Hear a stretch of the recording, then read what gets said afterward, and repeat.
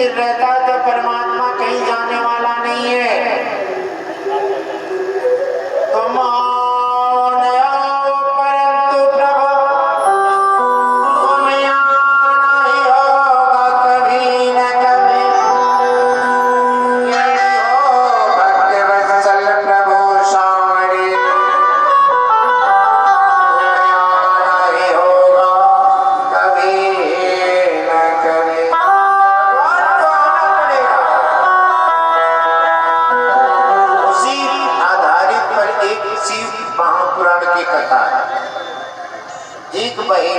सुनो भाई, बहेलिया सब मिसकार जिसको कहते हैं, जो चिड़ियों को मारकर बाजार में बेचता था,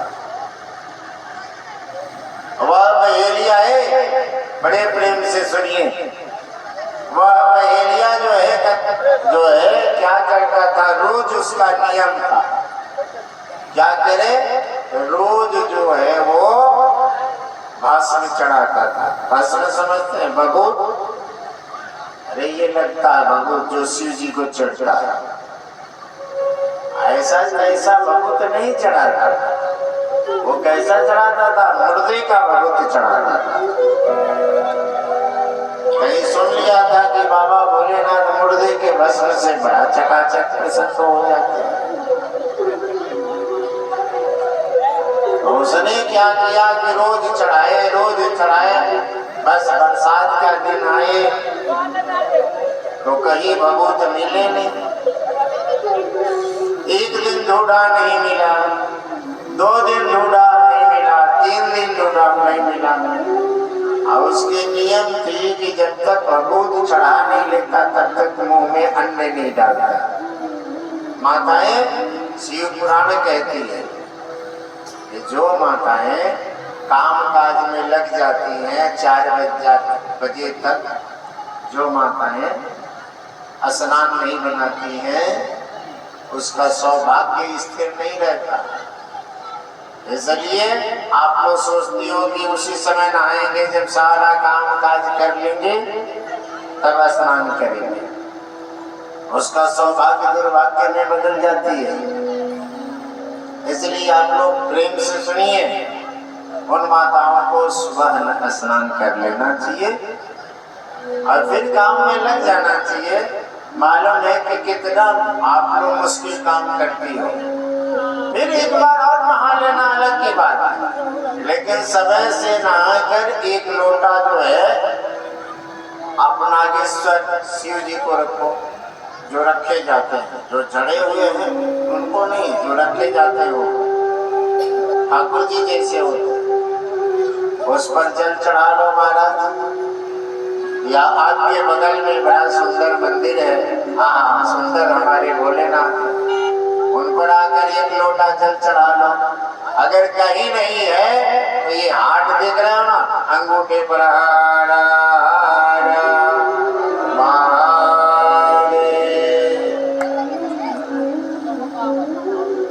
आप चढ़ा लो महाराज, देखना आपके घर का साय बरकत कितना बढ़ जाएगा। और दूसरी बात क्या है, सौभाग्य कोई छीन नहीं सकता है, मैं पक्का कहता हूँ। मैं क्या कहता हूँ, हमारी शिव पुराण कहती है, कई पुराणों ने इसका व्याख्या किया। इसलिए आप जो है प्रातः काल जो जब भी 8, 9, 10, 11 बजे भी 12 बजे के बाद अगर स्नान करती हो तो क्या है, अधोगति की स्नान मानी जाती है। इसलिए बहुत काम काज है, 11 बजे तक आप स्नान कर लो माता है। नियम तो कुछ और है महाराज, नियम तो यहाँ तक बताई गई है, बिना स्नान किए हुए भोजन नहीं बनानी चाहिए। चलो इतना तो कोई नहीं कर पाएगा, गृहस्थी तो कोई नहीं कर पाएगा, लेकिन इतना काम कर लो महाराज। ठंडी पानी हो तो गर्म पानी करके स्नान कर लो, अगर बीमार हो तो कोई बात नहीं। तो क्या है, वो बहेलिया नियम बना लिया था कि बिना ऐसा चढ़ाए बाबा का कोई चीज नहीं खाता था। 4 दिन बीत गया, पत्नी बार बार समझा रही है, सुनो जी, तुम ये दशा क्यों बनाए हो? क्यों नहीं कुछ पा ले रहे हो तुम? नहीं, जब तक भोलेनाथ को हंसी नहीं चढ़ाएंगे, जब तक हम कोई अन्न ग्रहण नहीं करेंगे। कहा सुनो, तो बिना भस्म का तुम अन्न नहीं ग्रहण करोगे, तुम मर जाओगे, तो मैं कैसे जीऊंगी? मैं कहती हूँ एक बात, तुम कुछ भी पालो, कोई भोजन पालो, जल ही पालो, बोला तो नहीं मर जाएंगे तो मर जाएंगे, पर जो है अपना नियम नहीं तोड़ेंगे। अब एलिया ने नियम बना लिया था, वो नियम तोड़ने को तैयार नहीं हुआ। उसकी पत्नी सोची विचारी, कहा ये मेरे सामने मर जाएगा, मैं कैसे देखती रहूंगी, मैं नहीं देख पाऊंगी, इसलिए जो है ऊपर बात न करें आप लोग। इसलिए पत्नी ने ये सोचा, सबसे अच्छी बात क्या है भाई, कि हम ही जल करके भस्म इसको दे दें, स्वयं को हम जल करके भस्म दे दें। उसने कहा तुम्हें भस्म चाहिए ना, मैं दे दूं। कहा तो कहां से दे दी भस्म? कहा कहीं से भी मैं दे दूंगी, तुम रोकोगे तो नहीं? कहा नहीं, आज मैं जल की भस्म दे दूं, ले लोगे? कहा कैसे भी भस्म दे दो, मुझे ला दो। वो झोपड़ी थी, झोपड़ी में बैठ गई और चिंगारी लगा दिया, झोपड़ी धू करके चल गई। उसमें राख हो गई, भस्म बन गई।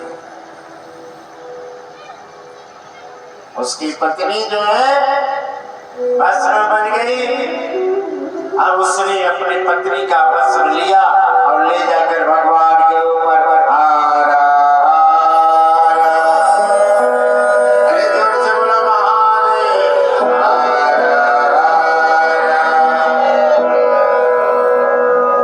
बाबा के ऊपर चढ़ाई। भस्मंगराय महेश्वराय दिगंबराय कसमावकराय नमः शिवाय। जैसे बोला जैसे महादेव बोला चढ़ाई भस्म, उसी समय जो है उसी शिवलिंग से बाबा डमरू बजाते हुए प्रकट हो गए। बाबा डमरू बजाते हुए प्रकट हो गए और बाबा के जब प्रकट हो गए चरणों में गिर गया। जैसे चरणों में गिरा, बाबा के पीछे से छम छम छम छम करती हुई उसकी पत्नी सामने खड़ा हो गई।